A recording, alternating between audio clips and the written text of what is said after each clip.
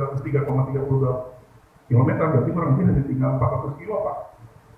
Dengan pembangunan jalan kita misalkan dengan anggaran hampir 120 miliar per tahun, 5 tahun selesai Pak, seharusnya 400 kilo itu.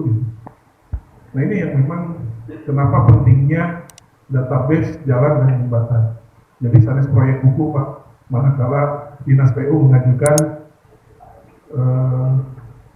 kegiatan untuk penyusunan database jalan dan jembatan. Nah, itu yang pertama Pak.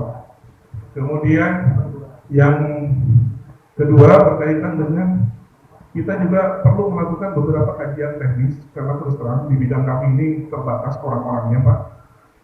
Dari di seksi perencanaan memang kita ada seksi perencanaan. Namun demikian untuk titik-titik yang rawan itu kita diperlukan kajian teknis yang melibatkan ahli.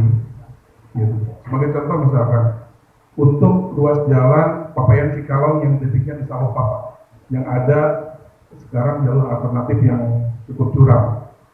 Secara kajian teknis, ruas jalan itu apakah memang harus melalui jalan itu atau memang mengembalikan ke ruas jalan yang sebelumnya?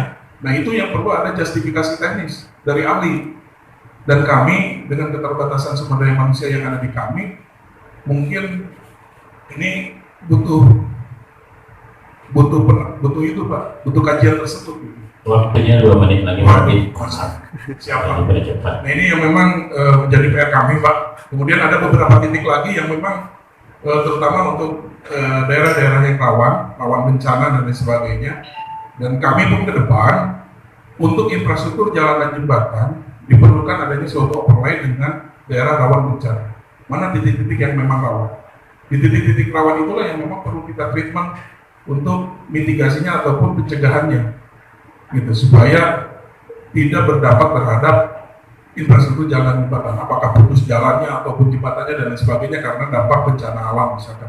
Nah ini yang memang harus kita pikirkan ke depan. Kemudian berkaitan dengan perencanaan program kegiatan yang melibatkan lintas sektoral Pak, saya harapkan ini perlu diawali dengan adanya suatu master plan. Nah ini yang memang kami mungkin hanya penyedia infrastruktur jalan misalkan. Namun demikian manakala kita dilibatkan, punten gitu ya. Contoh kemarin perencanaan pembangunan pasar dan terminal Pak. Itu akhirnya masing-masing sektoral itu yang melakukan perencanaan Pak. Pasar direncanakan oleh Indah, terminal direncanakan oleh Disub misalkan. Kemudian jalannya direncanakan oleh PU Pak. Yang itu tidak ada integritasnya gitu. Masing-masing berjalan sektoralnya masing-masing gitu. Tanpa ada integrasi antara sektoral tersebut. Kalau kita berbicara utility di komplek pembangunan itu yang mau dibangun pasar dan terminal itu apa sih utility yang perlu kita bangun? Kalau dari jalan apa yang perlu kita bangun? Nah, perlunya itu adalah dari suatu master plan secara keseluruhan Pak. Jangan berbicara masalah sektoral. Nah ini yang akhirnya mohon maaf menghambat proses pembangunan di lapangan. Terus terang pada saat kemarin kita akan merencanakan pembangunan akses jalan masuk ke terminal dan pasar, ternyata utility-nya hanya itu Pak.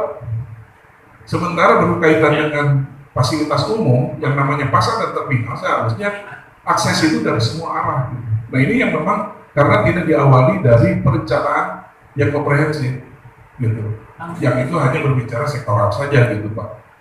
Jadi Indah jalan yang lira gitu Pak, Disub jalan yang lira, PUB jalan yang lira gitu. Nah ini memang harus kita evaluasi bersama. Kemudian selanjutnya berkaitan dengan nah ini memang masalah non teknis Pak, masalah non teknis yang akhirnya mungkin yang kita hadapi selama ini Pak di PU ini hampir 90% kita menyelesaikan masalah-masalah non teknis gitu. Yang akhirnya di bidang jalan dan jembatan gitu. Yang akhirnya yang 10% ini yang memang sisa energi kita untuk menyelesaikan permasalahan teknis di lapangan. Nah ini yang tidak perlu saya jabarkan lebih lanjut lah, gitu ya. Nah, namun demikian, mari kita pikirkan bersama bagaimana kita mengatasi permasalahan non teknis ini. Yang mau tidak mau suka tidak suka setiap tahun ini kita hadapi gitu. Jangan sampai permasalahan non teknis ini mengganggu kinerja kita. Gitu. Kita dituntut indikator kinerja kita gitu, ya, setiap tahun gitu. Kemudian bagaimana pencapaian